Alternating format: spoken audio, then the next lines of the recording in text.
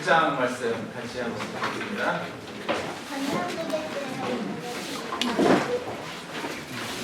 이신규, 너 그 건담 그거 가져왔어? 아니!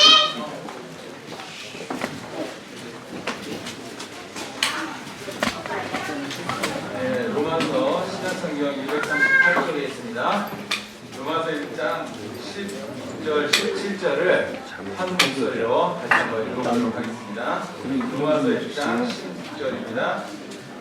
내가 복음을 부끄러워하지 아니하노니 이 복음은 모든 믿는 구원을 주시는 하나님의 능력이 됩니다.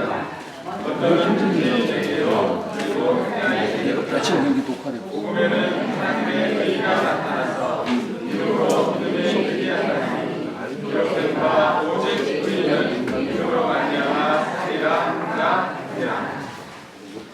네, 오늘은 매월 둘째 주 복음을 전하는 시간입니다. 성경 주일 이제 2교시에 로마서를 같이 이제 몇몇 성도님들과 같이 나누고 있습니다. 제가 그 로마서를 이렇게 같이 공부를 하면서 처음에 이렇게 시작할 때 로마서는 참 성도를 위한 복음 말씀이다. 그거를 이제 좀 피상적으로 이렇게 알고 말씀을 드렸습니다. 근데 실질적으로 이 로마서 말씀을 같이 묵상하는 중에 정말로 이게 구도자에게도 필요한 말씀이지만 정말로 이 성도들에게 우리 성도들에게 이제 필요한 말씀이라는 그런 생각이 들었습니다. 역사적으로 이 로마서는 참 복음에 대해서 잘 나타나 있고 영향력이 있는 그런 말씀이었습니다. 철저한 율법주의자였고 금욕주의자였던 마틴 루터를 변화시켰던 그런 말씀입니다. 사도 바울이 AD 56년경에 로마에 있는 성도들에게 이 로마서를 보냈습니다. 당시 이 로마는 굉장히 세계 중심이었기 때문에 굉장히 큰 나라였습니다. 그렇지만 그 곳에 있었던 로마 성도들은 굉장히 핍박을 받았던 그런 성도들입니다. 티토 장군이 예루살렘을 멸망시키고 그 로마의 황제들이 그 그리스도인들을 박해를 할 때 그 박해를 피해서 그리스도인들이 들어갔던 곳이 카타콤이라는 로마 지하 묘지였습니다. 거기서 잠깐 동안 생활을 한 것이 아니라 300년 가까운 동안 신앙생활을 했습니다. 생명의 위협을 느끼면서 300년 동안 나서부터 하늘나라 갈 때까지 지하 묘지에서 생활했던 것입니다. 남들의 눈을 피해서 무덤 밖으로 나와서 복음을 전하다가 순교를 당한 그리스도인들이 한둘이 아니었습니다. 이 로마 교회에 있는 이 성도들, 그리고 마틴 루터, 이 사람들을 변화시켰던 것이 로마서였던 것입니다. 이를 성도들은 로마서를 복음에 대한 교리다 이렇게 받아들인 것이 아니라 이 복음 자체가 삶이었습니다. 예수 그리스도와 함께 내가 죽고 예수 그리스도와 함께 살고 다시 우리로 데리러 오실 예수 그리스도의 그 만나는 그 소망 가운데서 삶 가운데서 드러났던 그런 성도들이었습니다. 오늘 제가 로마서 1장부터 3장까지 우리 성도님들과 함께 복음 말씀을 이렇게 같이 나눌 텐데요. 제가 얼마나 참 영향력 있는 말씀을 전할지는 모르겠습니다. 우리 함께 참 기도하는 마음으로 우리 정말로 이렇게 우리에게 있는 이 복음의 말씀이 정말로 교리적인 말씀이 아니라 삶을 변화시키고 결국은 로마 성도들을 그 카타콤에 있는 순교자들을 통해서 로마가 기독교 국가로 바뀌게 됩니다. 이런 영향력 있는 이 말씀이 로마서인 것입니다. 우리에게 동일한 그런 말씀이 주어져 있는 것입니다. 16절에 보면 내가 복음을 부끄러워하지 않는다고 했습니다. 이 복음은 모든 믿는 자에게 구원을 주시는 하나님의 능력이 된다고 말씀을 하고 있는 것입니다. 복음은 세상 사람들의 생각이나 가치관으로 생각을 할 때 이해가 되지 않는 것입니다. 부끄러울 수밖에 없는 거예요. 어리석인 것이고 미련한 것이고 꺼리끼는 것들이었습니다.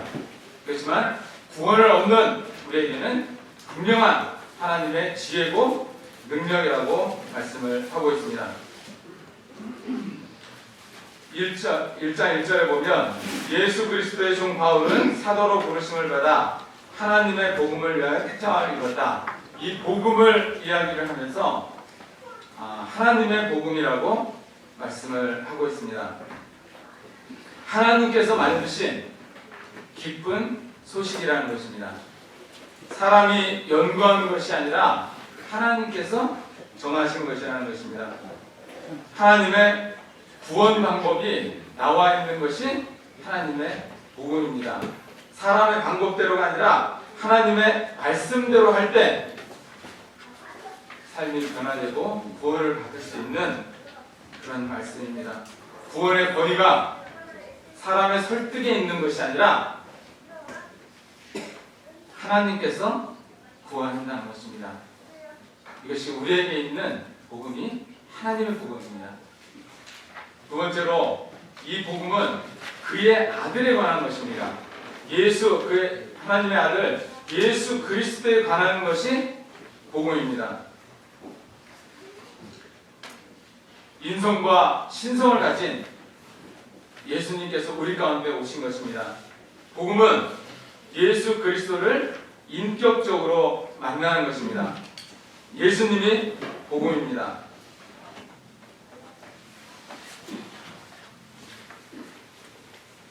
믿음도 순종도 삶도 예수님을 빼놓고는 말할 수 없는 것이 복음입니다. 예수님에게는 두 가지 이름이 있었습니다. 마태복음 1장 21절 23절에 보면 한 가지는 구원자의 이름이었습니다. 우리 죄를 구원하시기 위해서 오시는 구원자로 오신 것입니다. 예수님의 이름이 또 하나가 있습니다. 임마누엘입니다. 처녀가 잉태하여 아들을 낳으니 그 이름을 임마누엘에 하라. 우리와 함께 하시기 위해서 오신 분이라는 것입니다. 우리와 함께 연합하고 우리의 주가 되시기 위해서 오셨다는 거예요. 예수님의 이름 가운데서 이 두 가지로 이게 나타나 있는 것은 우리의 구원자로 오셨을 뿐만 아니라 우리와 같이 살게 하시기 위해서 예수님이 오셨다는 것입니다.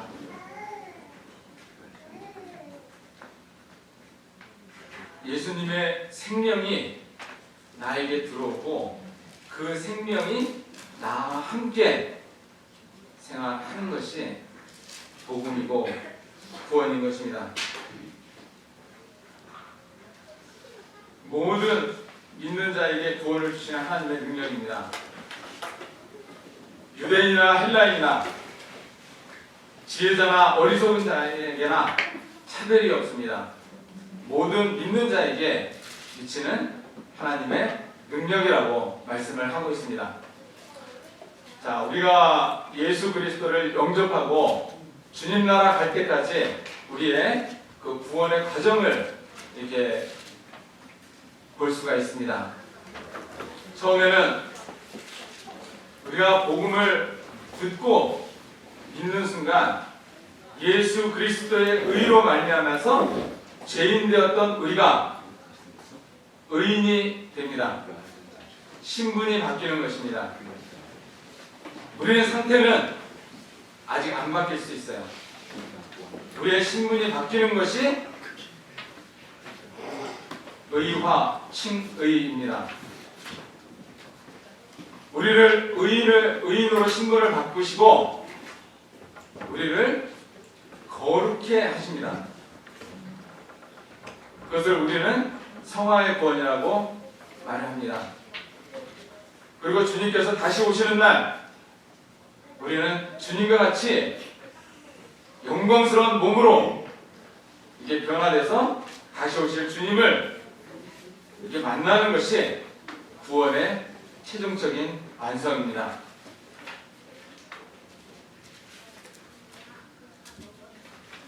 칭의의 구원 자체, 구원의 완성으로, 구원의 확신으로 볼 수 있는 것은 주님께서 그 의롭게 된 자를 끝까지 능력으로 보호하시고 데리고 가시기 때문에 우리가 구원의 확신을 가질 수가 있는 것입니다.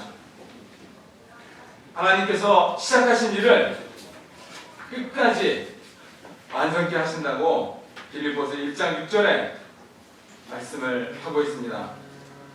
고린도전서 1장 8절에는 주께서 너희를 우리 주 예수 그리스도의 날에 책망할 것이 없는 자로 끝까지 견고하게 하시리라 라고 말씀을 하고 있습니다.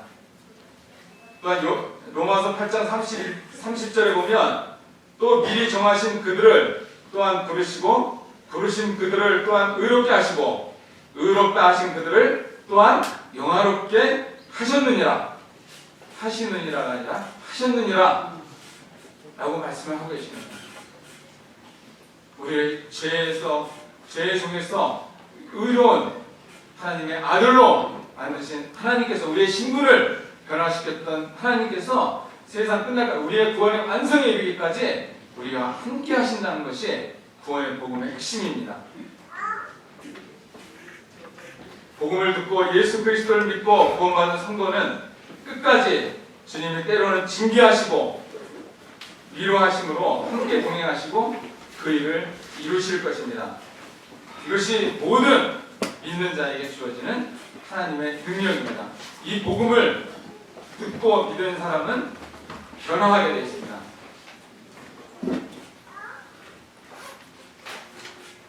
요즘에 구육집회에서 이렇게 사도행전 말씀을 같이 나누고 있습니다. 사도행전 17장 말씀에 보면 데살로니가에 가서 사도 바울이 이게 새 안식일 동안 이게 복음을 전했다고 했습니다.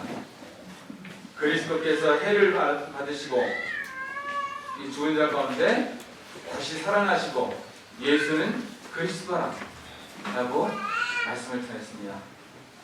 3주 만에 안식일마다 전했으니까 한 3번 정도 전했던 거예요. 이 말씀을 들은 데살로니가 성도들입니다.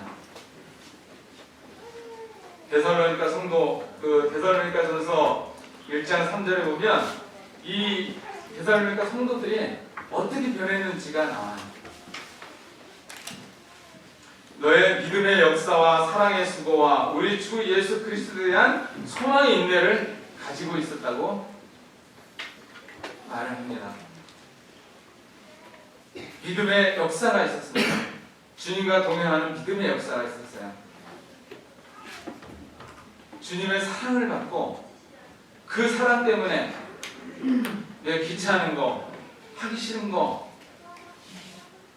그 사랑의 수고를 마다하지 않았던 거예요.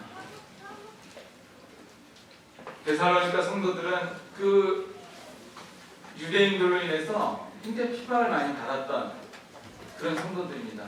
어려움을 많이 겪었던 성도들이에요. 지금 당장 이 환경 가운데 어려움 가운데 있지만 다시 오실 예수 그리스도를 바라보면서 부활의 주님을 바라보면서 소망의 인내 가운데 이렇게 살아가는 있는 그런 성도로 바뀌었다는 거예요. 이 복음의 이 완성은, 구원의 완성은 내가 이뤄가는 것이 아닙니다. 주님께서 함께 이뤄가는 거예요. 주님의 능력입니다.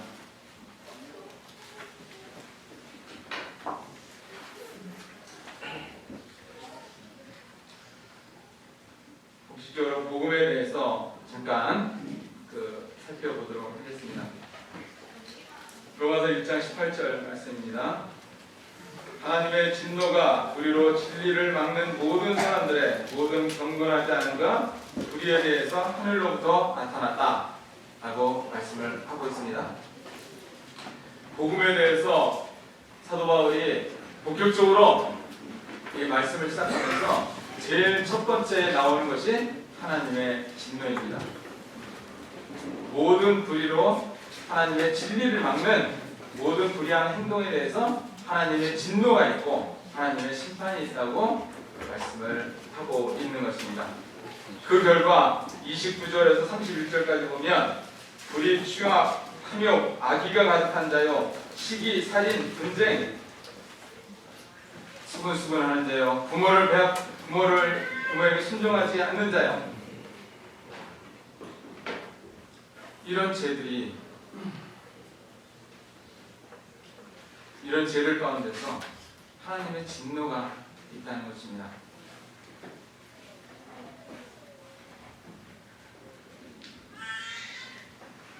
일생 동안 이러한 죄들을 한 번이라도 졌다면 하나님의 진노가 있을 거라는 것을 우리 성도님들은 다 아실 것입니다.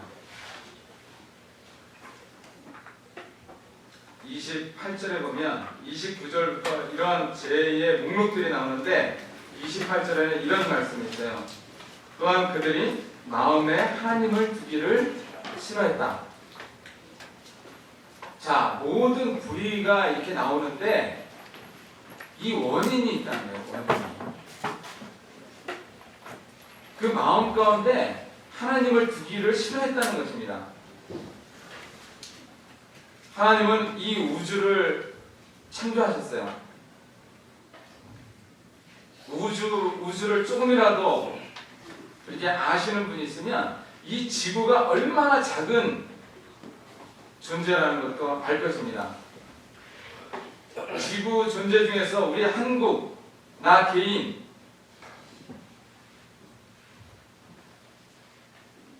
그 우주를 창조하신 분이 나 개인과 비교를 하면 우리는 먼지만도 못한 것입니다.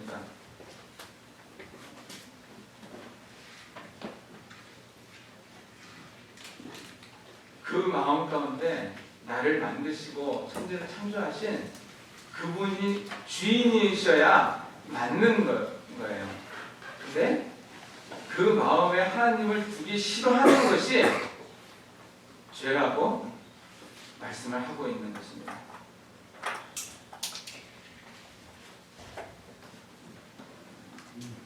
이 본성이 바뀌어야 된다고 말씀을 하고 있는 거예요.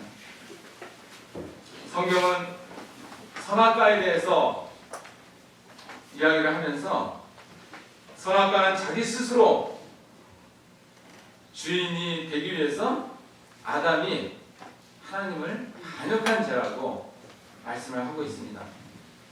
하나님과 같이 되기 위해서 그 선악과를 까먹었다고 말씀을 하고 있는 거예요. 아담의 그 범죄함을 유전받은 모든 사람들은 날 때부터 죄인입니다. 그렇기 때문에 그 마음 가운데 하나님이 주인이 되어 있지 않는 거예요. 성경에서 말하고 있는 죄, 우리가 거짓말하고 사기치고 살인하고 이런 것도 죄지만 정말로 성경에서 말하고 있는 이 근본적인 죄는 내 마음의 중심에 하나님이 안 계신 것이 죄라고 말씀을 하고 있는 겁니다.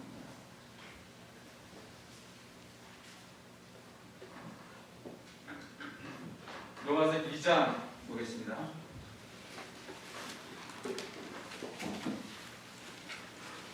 2장 1절입니다. 그러므로 남을 판단하는 사람아 누구를 막론하고 내가 핑계하지 못할 것은 남을 판단하는 것으로 내가 너를 정죄함이니 판단하는 내가 같은 일을 행하느니라.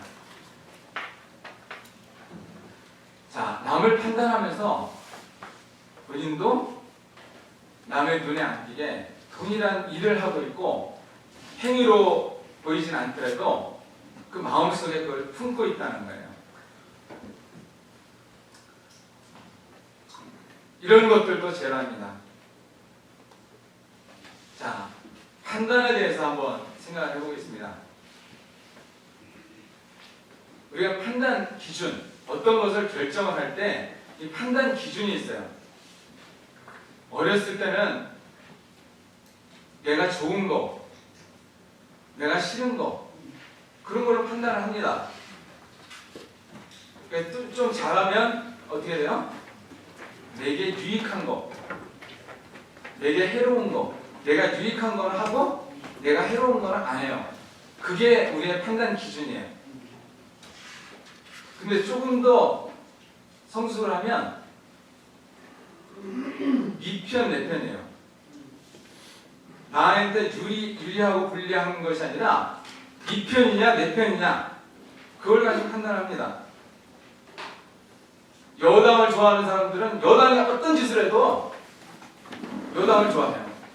야당을 좋아하는 사람들은 야당이 어떤 짓을 해도 야당을 좋아합니다.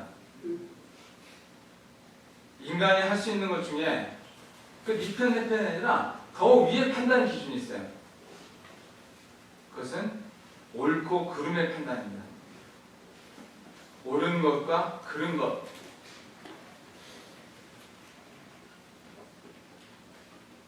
이 판단도 하나님의 눈으로 봤을 때 이것도 잘못됐다는 겁니다. 자, 옳고 그름의 잣대로 봤을 때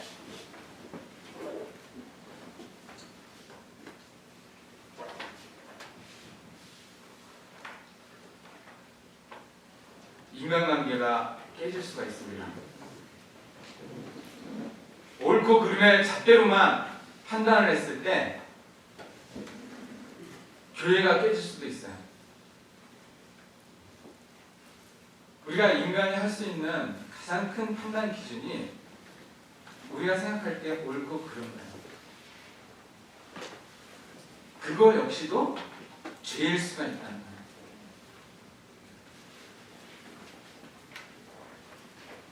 예수님은 이 땅에 내려오셔서 십자가에서 겟세마네 기도를 하시면서 아버지의 뜻이 오면 이 잔을 내게서 지나가게 해달라고 말씀하셨던 거예요. 세상 사람들이 크게 볼지 몰라도 우리 성도의 판단 기준은 옳고 그름을 넘어서 이것이 하나님의 뜻인가 하나님의 뜻이 아닌가가 우리의 판단 기준이 되어야 하는 것입니다.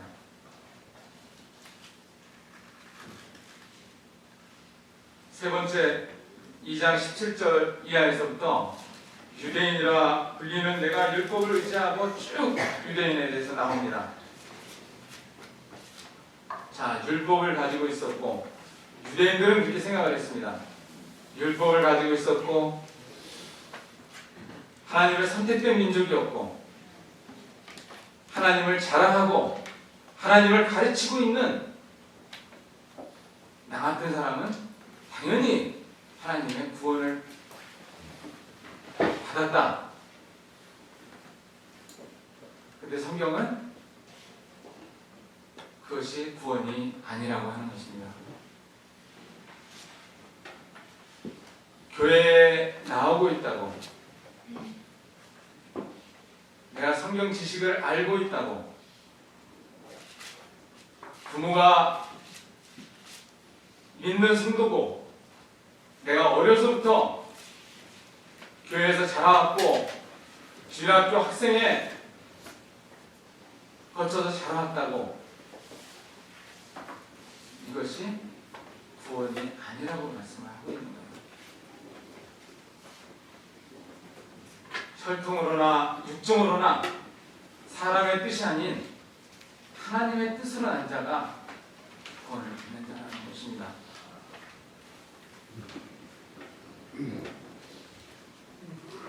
세 가지 부류의 죄에 대해서 로마서는 3장 초반절까지 이야기를 하고 있습니다. 자, 우리의 인간들의 식상을 다 이야기를 하면서 하나님께서 인간에 대해서 판단을 내리신 게 있어요. 선포를 하신 것이 있습니다. 3장 10절에 보면 의인은 없나니 하나도 없으며 깨닫는 자도 없고 하나님을 찾는 자도 없다. 3장 23절에 보면 모든 사람이 죄를 범하였으며 하나님의 영광에 이르지 못한다. 어떤 사람도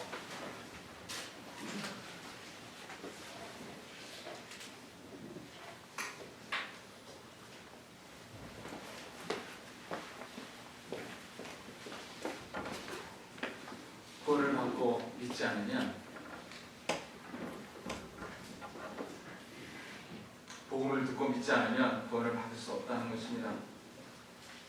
우리는 우리가 함께 있거나 이렇게 외부에서 사람을 만날 때 그 사람이 어떤 이야기를 해도 정말로 이분이 구원을 받았는지 확실히 구원을 받지 않았는지 확실하게 모를 때가 있어요. 그거는 하나님만 아실 때가 있습니다. 그렇지만 정말로 이 하나님의 말씀인 복음을 듣고 믿은 경험이 없다면 그 사람은 구원을 안 받았다는 것이 확실한 것입니다.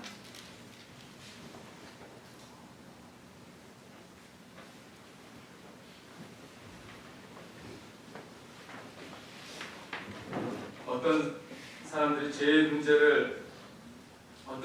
죄의 문제를 이렇게 해결하고 구원을 받을 수가 있을까요? 로마서에서는 의로운 사람이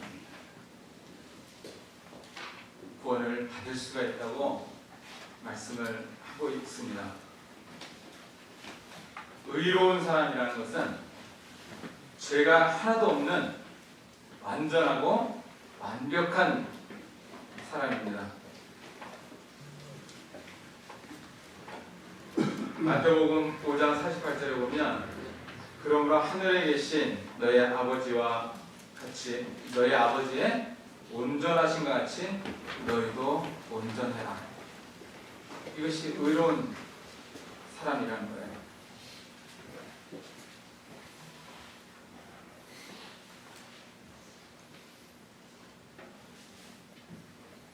하나님의 온전함 같이 되어야만 구원을 받을 수가 있다는 거예요.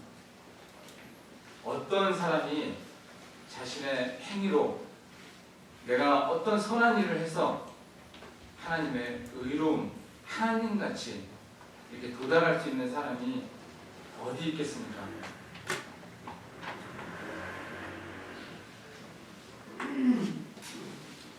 모든 인류의 죄에 대한 해결책이 하나님의 의입니다.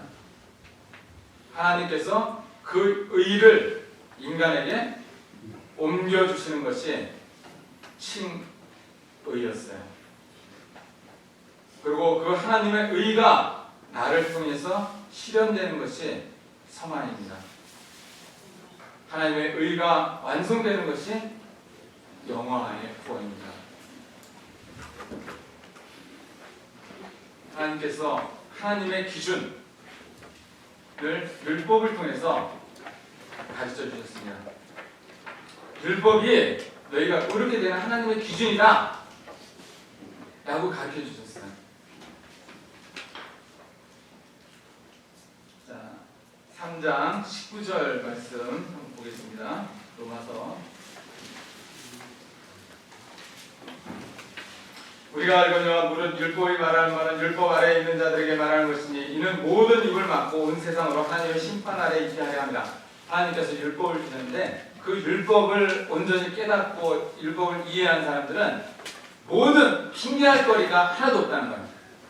모든 입을 막히게 되는 것입니다. 그러니까 하나님의 심판 가운데 있을 수밖에 없다는 것을 깨닫게 된다는 거예요.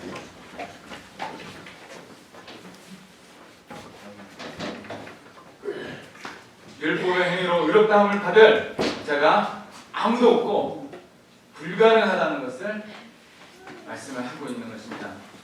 21절에 보면 이제는 율법 외에 율법으로는 하나님의 의로우심에 이룰 자가 아무도 없기 때문에 율법 외에 하나님의 한 의가 나타났다고 말씀을 하고 있는 거예요. 이것이 복음입니다. 이것이 기쁜 소식이에요. 자, 이 의로움이 어떻게 이루어지느냐? 첫 번째, 22절에 보면 곧 예수 그리스도를 믿음으로 말미암아 모든 믿는 자에게 미치는 하나님의 의인이 차별이 없느니라. 믿음으로 말미암아 의롭게 됩니다.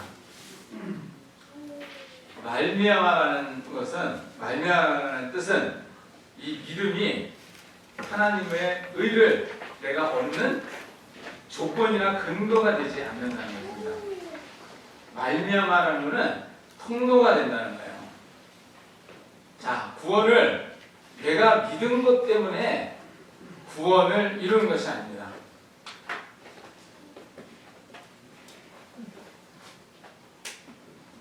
구원은 예수님으로 받는 거예요. 예수님으로 인해서 받는 거예요. 우리가 믿음이라는 것은 예수님의 그 의를 받는 통로인 것입니다. 그렇기 때문에 그 믿음이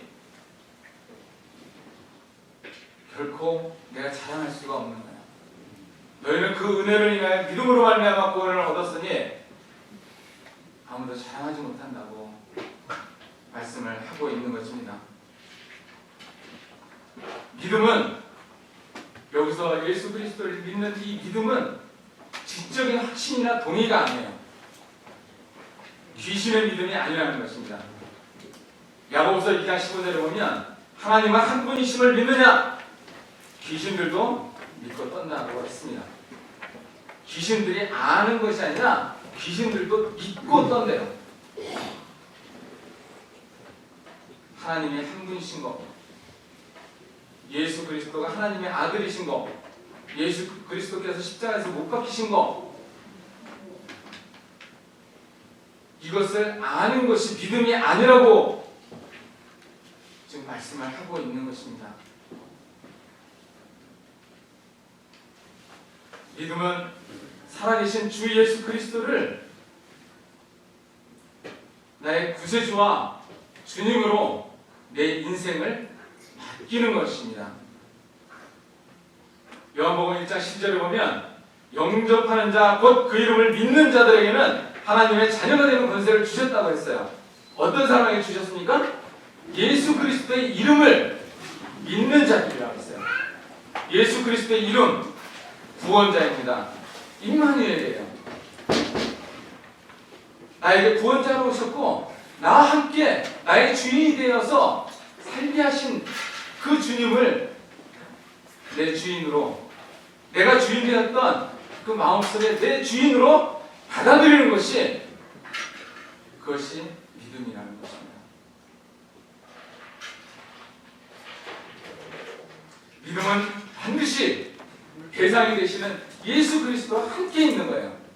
연합한 것입니다. 또한 믿음은 현재 시제입니다. 아, 내가 그 전에 믿었었지. 이런 믿음이 아니라는 거예요. 자, 데살로니가 성도들에게 나타난 것처럼 믿음의 역사를 써나가는 것입니다. 우리 주님과 함께.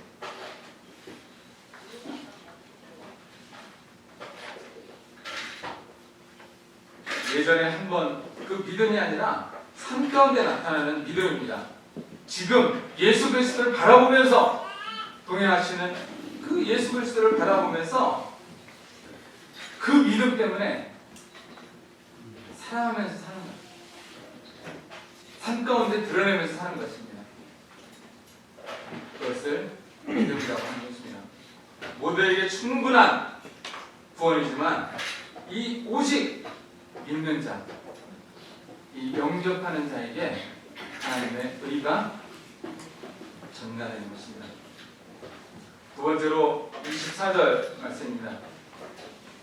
그리스도 예수 안에 있는 성령으로 말미암아 하나님의 은혜로 값없이 의롭다 하심을 얻은 자 되었느니라. 하나님의 은혜로 얻습니다. 우리가 값을 지불할 수도 없어요. 자격이 없는 자에게 거저 주시는 은혜입니다. 하나님께 요구할 자격 아무것도 없었지만 하나님께서 주신 것입니다. 그리스도 예수 안에 있는 성령으로 인해서 이루어졌다고 합니다. 성령이라는 것은 몸값을 지불하는 것입니다. 몸값을 주고 되찾은 거예요. 하나님께서 아드님 예수 그리스도를 십자가에서 우리의 몸값을 대신 지불하시고 죄와 세상, 사탄의 노예가 되었던 자들을 풀어주셨던 것이 성량이라는 것입니다. 그 전에 우리가 구원받기 전에 우리는 자유가 없었습니다. 어떤 자유가 없었냐면 선을 행할 수 있는 능력이 없었어요. 우리는 죄를 행할 능력밖에 없었습니다. 죄인이 할 수 있는 건 죄밖에 없었어요. 자, 구원을 받은 우리는 죄 질 수 있습니까?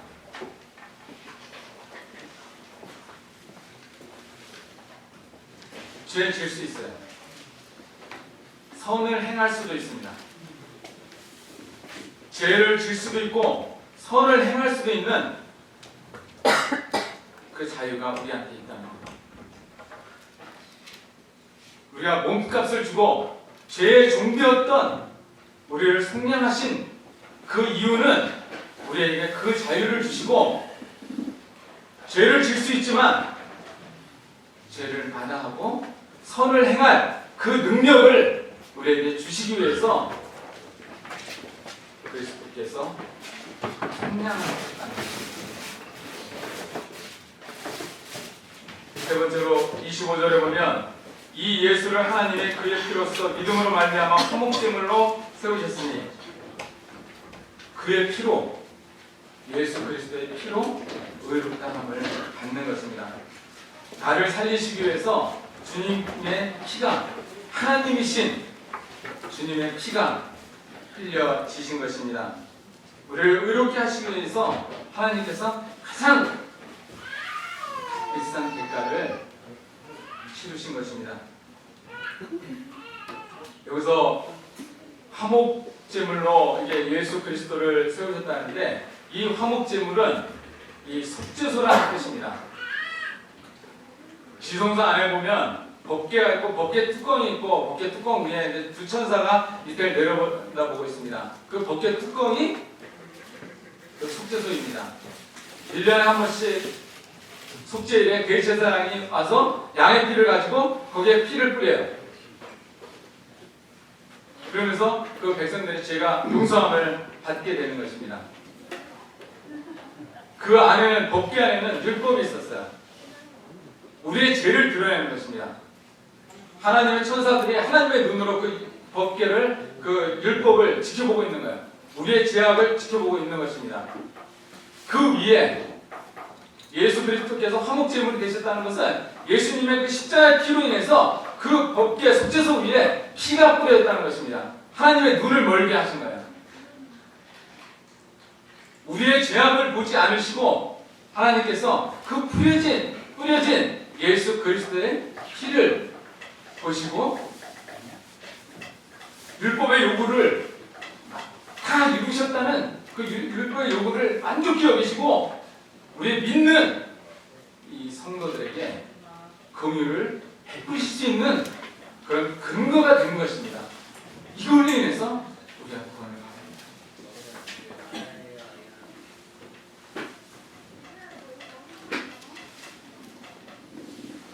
27절 말씀입니다. 그런즉 자랑할 때가 어디냐? 있을 수가 없느니라. 무슨 법으로냐 행위로냐 오직 믿음의 법으로니라. 지금까지 말씀을 드렸습니다. 행위의 법, 내 행위로 그 의롭다함을 얻을 수가 절대로 없습니다. 오직 주님께서 다 이루어 놓으신 것을 믿음으로 받아들일 때 의로운 자가 되는 것입니다. 여기서 행위의 원리와 믿음의 법이 나옵니다. 자, 행위의 원리는 행위로 의롭다함을 이루려고 하는 것입니다. 내 생각, 내 힘, 내 자아로 일을 하는 거예요. 주님의 일을 하는 것입니다. 사람이 노력을 하고 하나님께서는 대가를 주시는 분으로 전락을 시켜버린 것입니다. 그것이 행위의 원리이고 행위의 법이에요. 율법주의자들입니다. 행위의 법을, 행위의 원리로 사는 사람들. 율법으로 의롭다함을 얻으려는 자예요. 모든 율법을 지킬 수 없다는 것을 자기 자신도 알기 때문에 열심과 충성은 있지만 만족이 없습니다. 자기의 노력으로 남들보다 요만큼 더 이룬 것이기 때문에 자기 수준에 미치는 사람에게는 판단하는 거예요. 정죄하는 거예요.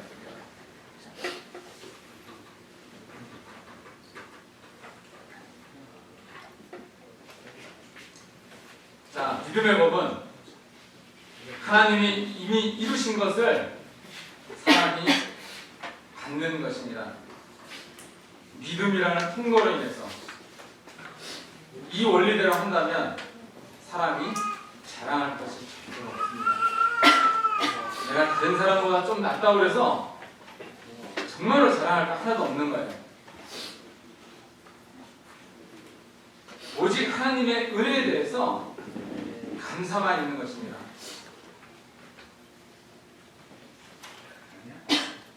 마틴 루터가 깨달았습니다. 의인은 믿음으로 말미암아 살리라.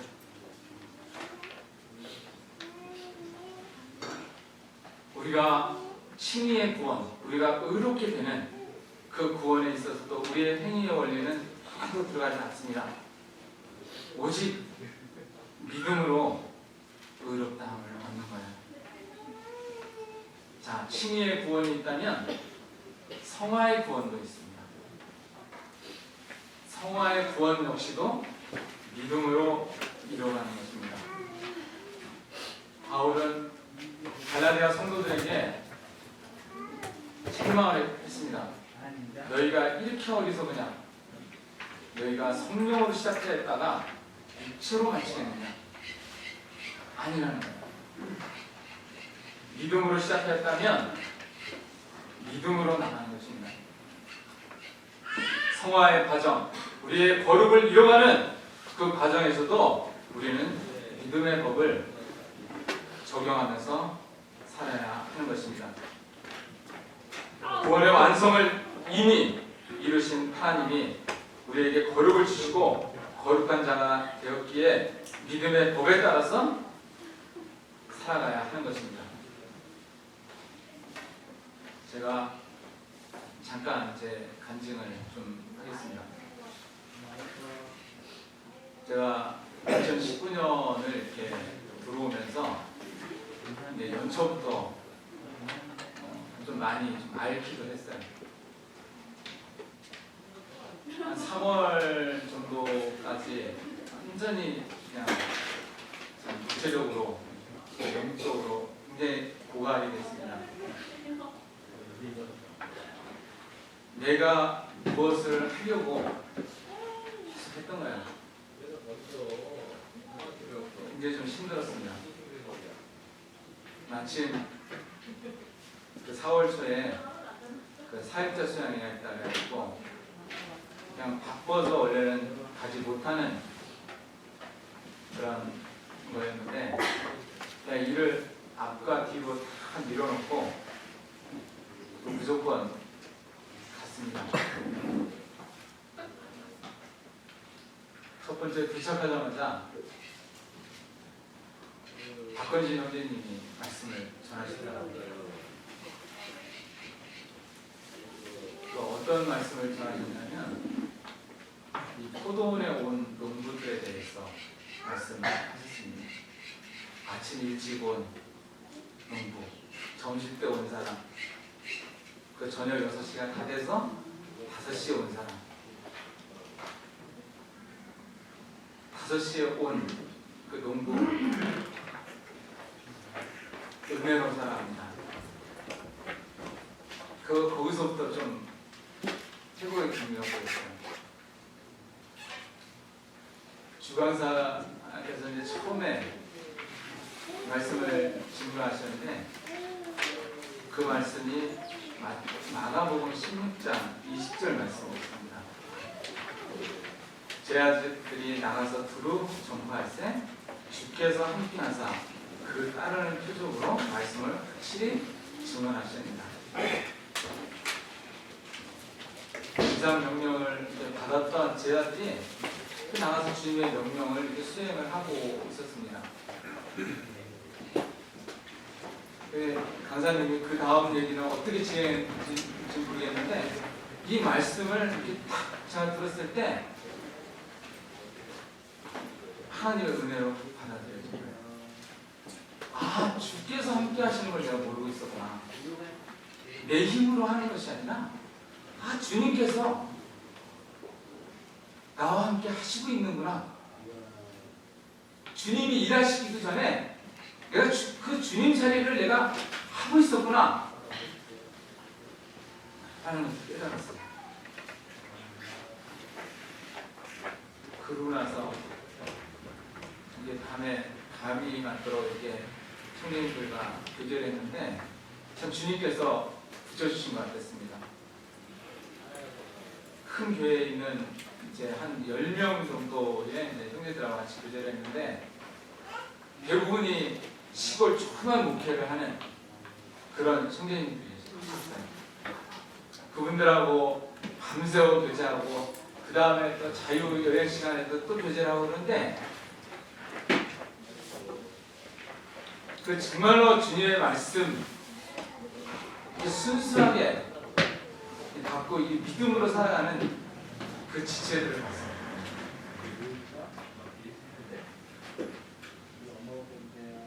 그래서 돌아오면서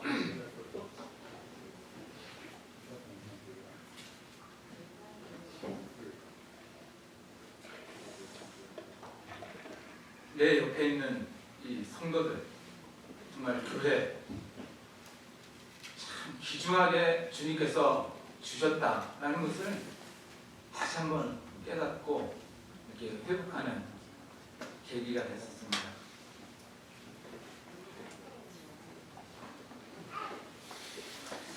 여호수아 1장에서 하나님께서 모세가 죽은 후에 여호수아에게 나타나셔서 이렇게 말씀하세요. 가나안 땅을 이미 너에게 주었다. 나가서 취해라. 너의 발바닥으로 밟는 것 모두 내가 너에게 주었다.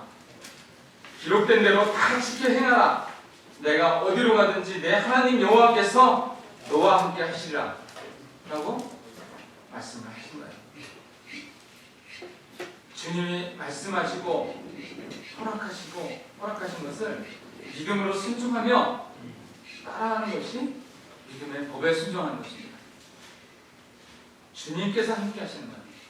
나 혼자 가는 것이 아닙니다. 신약의 용어사를 에베소서라고 해요. 에베소서에는 이런 말씀이 있습니다. 하늘에 속한 복을 너에게 주었다. 성령께서 인과 보증이 되어서 함께 하신다. 바울이 기도를 합니다. 너희 마음의 문을 열어라. 내 부르심의 소망이 무엇인지. 허물과 죄로 2장에서는 허물과 죄로 죽었던 우리를 살리셨다고 말씀을 하고 있는 것입니다. 예수 그리스도께서 우리를 함께 살리셨고 일으키셨고 함께 하늘에 앉힌 바 됐다고 우리에게 말씀을 하고 계신 거예요. 십자가의 피로 수평적 담과 수직적 담을 다 헐으셨다고 했어요. 내가 다 헐어 넣었으니까 너희는 성령의 하나 되게 하신 것을 힘써 지켜라 라고 말씀을 하시는 것입니다.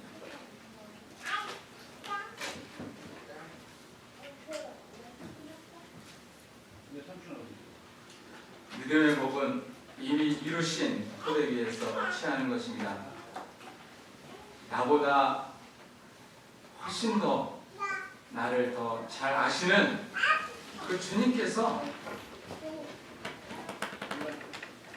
말씀하신 거예요. 주님의 믿음의 법을 따를 때 천국은 우리에게 허락하신 천국은 침노하는 자의 것이 될 것입니다. 안식과 누림이 있습니다. 우리가 영원한 안식, 참된 안식은 그 나라에 가서 있겠지만 우리 주님과 함께 했을 때 이 땅에서 우리는 안식과 누림을 얻을 수가 있는 것입니다. 이 땅에서의 안식은 아무것도 하지 않는 것이 아닙니다. 나에게 없는 무언가를 이루기 위해서 내가 원하는 것을 무언가를 이루기 위해서 힘쓰는 것이 아니라 주님께서 나를 통해서 계획하시고 이루실 일을 순종하면서 바라볼 때 주님께서 나를 통해서 주님의 형상을 함께 하시고 주님의 일을 이루어 나가게 될 것입니다. 기도하겠습니다. 귀한 사랑이 많으신 아버지 하나님 감사를 드립니다. 오늘 9월 둘째 주 복음의 시간에 정말로 하나님께서 우리에게 귀한 능력의 복음의 말씀을 주신 것에 인해서 감사를 드립니다. 정말 이 복음이 우리의 교리로만 머릿속으로만 알고 있는 것이 아닌 정말 삶 가운데 드러내고 이미 이루신 그 길을 믿음으로 바라보면서 살아가는 우리 하나님의 성도님들이 될 수 있도록 도와주시기를 원합니다. 주신 은혜 감사드리고 존귀하신 우리 주 예수 그리스도 이름으로 감사하며 기도합니다.